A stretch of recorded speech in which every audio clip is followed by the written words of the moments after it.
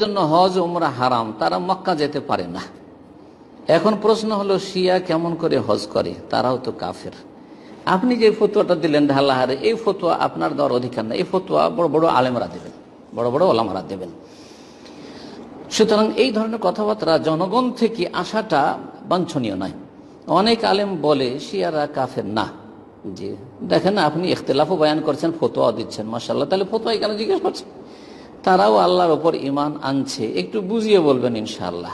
আল্লাহর প্রতি ইমান আনা শুধু মুসলিম হওয়ার জন্য যথেষ্ট নয়, রাসূলুল্লাহ সাল্লাল্লাহু আলাইহি ওয়াসাল্লামের প্রতি ইমান নিয়ে আসতে হবে এবং রাসূলুল্লাহ সাল্লাল্লাহু আলাইহি ওয়াসাল্লামকে আল্লাহ যেখানে রেখেছেন সেখানে রাখতে হবে। ওপরে উঠিয়ে দিলে শিরক হয়, আর নিচে নামিয়ে দিলে কুফর হয়। তো কুফর আর শিরক থেকে বাঁচতে হবে।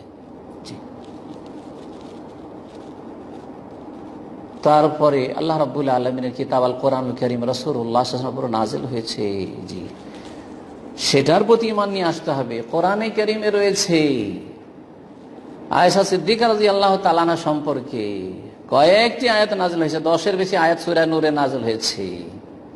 যারা তার উপর মিথ্যা অপবাদ দিয়েছিল তাদের জন্য কঠোর শাস্তি রয়েছে। ওয়াল্লাযী তাওয়াল্লা কিবরাহু লাহু আযাবুন আযীম আর ইন্নাল্লাযীনা জাউ বিল ইফকি উসবাতুম মিনকুম।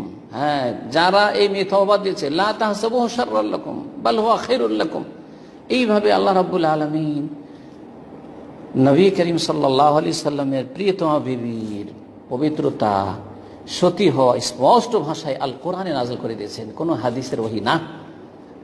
কোরআনে কারীমের আয়াত দিয়ে একটি আয়াত যথেষ্ট ছিল। সুতরাং তারপরেও যদি কেউ আয়েশা সিদ্দিকা রাদিয়াল্লাহু তাআলা আনহাকে অসতী বলে, তাহলে সে মুকাজ্জিবুল কোরআন না, কোরআন অস্বীকারী নয়, কোরআন অস্বীকারী। কেউ যদি কোরআন কারীম অস্বীকার করে, আল্লাহ বলছেন সাহাবায়ে কেরামদের উপর আল্লাহ রাজি হয়ে গেছেন, কেউ বলবে না তারা সবচেয়ে বড় কাফের ছিল, মুনাফিক ছিল, তাহলে তারা কোরআন অস্বীকারী। সুতরাং এই মানদণ্ডে শিয়াদেরকে বুঝতে হবে। আর শিয়ারা সব এক ক্যাটাগরির নয়, তাদের অনেকগুলি ফিরকার অভাব নেই। হ্যাঁ, তাদের মধ্যে চরমপন্থী ফিরকা রয়েছে, আর তারপরে তার নিচে কিছু রয়েছে, আর সবচাইতে হালকা যেটা সেটা জাইদিয়া রয়েছে। জাইদিয়া ছাড়া বাকি ওপরে যেগুলো রয়েছে প্রায়গুলি চরম বিভ্রান্তিত রয়েছে, এবং যেগুলো তাদের ঈমান ভঙ্গকারী বিষয়। তাদের এই সহিহ বুখারীর কোনো কিছুতে তারা বিশ্বাসী নয়, তাদের বুখারী আলাদা। বরং তাদের এমনও ফিরকা রয়েছে কোরআনে কারীমের আয়াত সম্পর্কে সন্দেহান, বরং কোরআনে কারীমের সংকলন যে জমা করেছেন ওসমান রাদিয়াল্লাহু তাআলা আনহু, এতে তারা বিশ্বাসী নয় যে এটা সুরক্ষিত।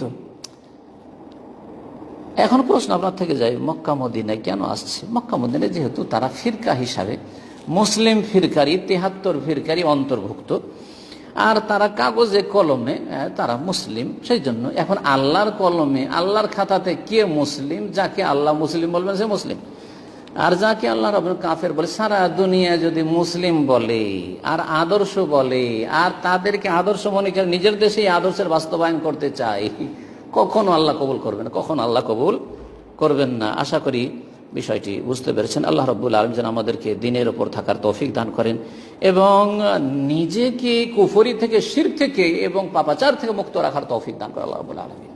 পরের নিয়ে চিন্তা করিয়েন না, আর পরের ফতোয়া দিতে যান না। ফতোয়াগুলো ভালো ভালো আলেমদের জন্য ছেড়ে দেন।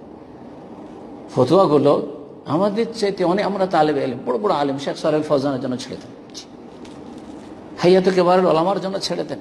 সৌদি আরবে যে বড় বড় ওলামা কেরাম রয়েছেন তাদের জন্য ছেড়ে দেন। তারা এইসব গুরুত্বপূর্ণ বিষয়গুলিতে তারা মুখ খুলবেন আর ফতোয়া দিবেন। আর আপনার সাধারণ মানুষ এসব না বলে নিজের কথা চিন্তা করেন, নিজের নাজাত হচ্ছে মুখ্য উদ্দেশ্য। আল্লাহ যেন আমাদের নিজের নাজাত নিয়ে ফিক্র করার তৌফিক দান করেন এবং নিজের আকীদা, আমল, আখলাক, মামলা সব কিছু শুধরাবার তৌফিক দান করেন। আল্লাহ আমাদের দুনিয়া আখিরাত সার্বিক কল্যাণ দান করেন, সমস্ত ফিতনা থেকে আল্লাহ হেফাজত করেন। আমাদের যারা অনিষ্টকারী তাদের আল্লাহ অনিষ্টকে সর্বনাশ করেন। ইসলাম এবং মুসলিমের বিরুদ্ধে যারা চক্রান্ত করছে, মুনাফিক, কাফের, মুশরিক, আল্লাহ তাদের চক্রান্তকে ধূলিসাৎ করে দাও এবং তাদের চক্রান্ত দিয়ে তাদেরকে তুমি ধূলিসাৎ করে দাও। এবং আল্লাহ রাব্বুল আলামিনের কাছে দোয়া করো, রব্বুল আলামিন আল্লাহ তুমি ইসলামের হেফাজত করো, মুসলিমদের হেফাজত করো, দ্বীনী ভাই বোনদের হেফাজত করো, সহিহ আকীদার ভাই বোনদের হেফাজত করো। যারাই ক্ষতি করতে চায় কোরআন সুন্নাহর অনুসারীদের, আল্লাহ তাদের ক্ষতি দিয়ে তাদেরকে ধ্বংস করো রব্বুল আলামিন। আল্লাহ তুমি আমাদের সার্বিক অনিষ্ট থেকে হেফাজত করো। সুবহান রাব্বিকা রাব্বিল ইজ্জাতি আম্মা ইয়াসিফুন ওয়া সালামুন আলাল মুরসালিন ওয়ালহামদুলিল্লাহি রাব্বিল আলামিন।